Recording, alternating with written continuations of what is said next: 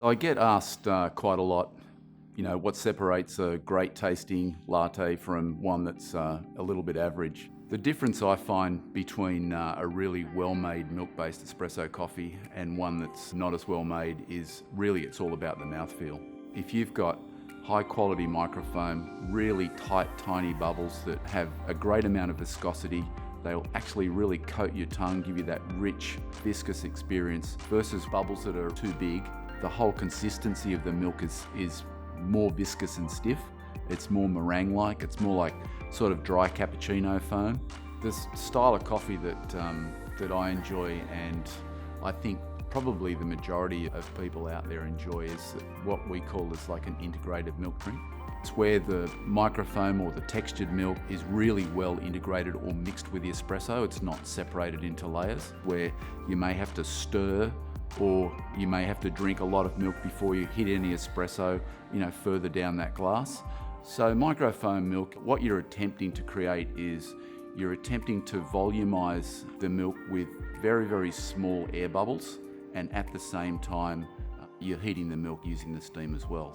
It creates a temperature and a textural change to the cold milk. What happens is when you introduce the milk and the espresso together, you get the espresso actually coating around the outside of every one of those little bubbles. When you drink the coffee goes across your palate. All of those tiny bubbles start to burst on your tongue, and then they sort of release that almost effervescence. It's a very rich and tactile experience. To create really high quality microfoam, you need really powerful steam. So you go into a cafe, they've got a $20,000 La Marzocco or Sinesso or Victoria Arduino there. It's steam that gives you the technical platform to create great microfoam. When we develop an espresso machine, one of its foundational deliverables is you need to ensure that the steam system is going to have enough power to do those two things. So it's got to be able to drive the milk past the tip of the steam wand and heat the milk as quickly as possible. But it's also a balance of some other elements as well. So the design of the steam nozzle or the tip is very important. The configuration, the number of holes, the size of the holes, the angle of those holes. It's extremely important to balance that to the overall pressure and flow that the steam system is able to deliver. One of the very important aspects of a steam system design is to make sure that you deliver really dry steam. The aim there is to deliver as little condensed water into the textured milk as possible. We're really focused on delivering dry steam so we don't dilute that milk taste. So you'll get the same taste experience in your own home that you'd experience if a barista was making it for you in a cafe.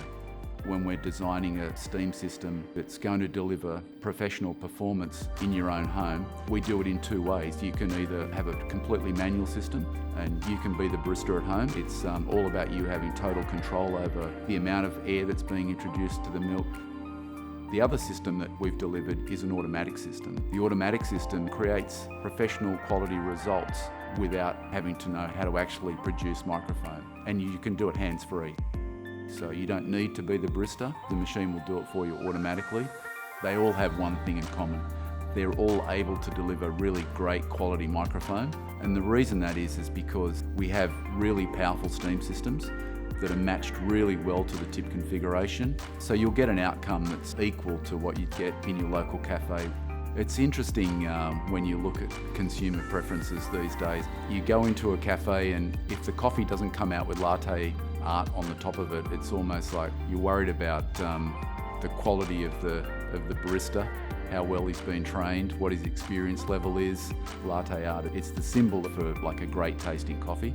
A really well-made milk-based coffee is differentiated by the latte art, but you really need that fine texture that will give you that really rich, silky mouthfeel. And that's the difference between good and great.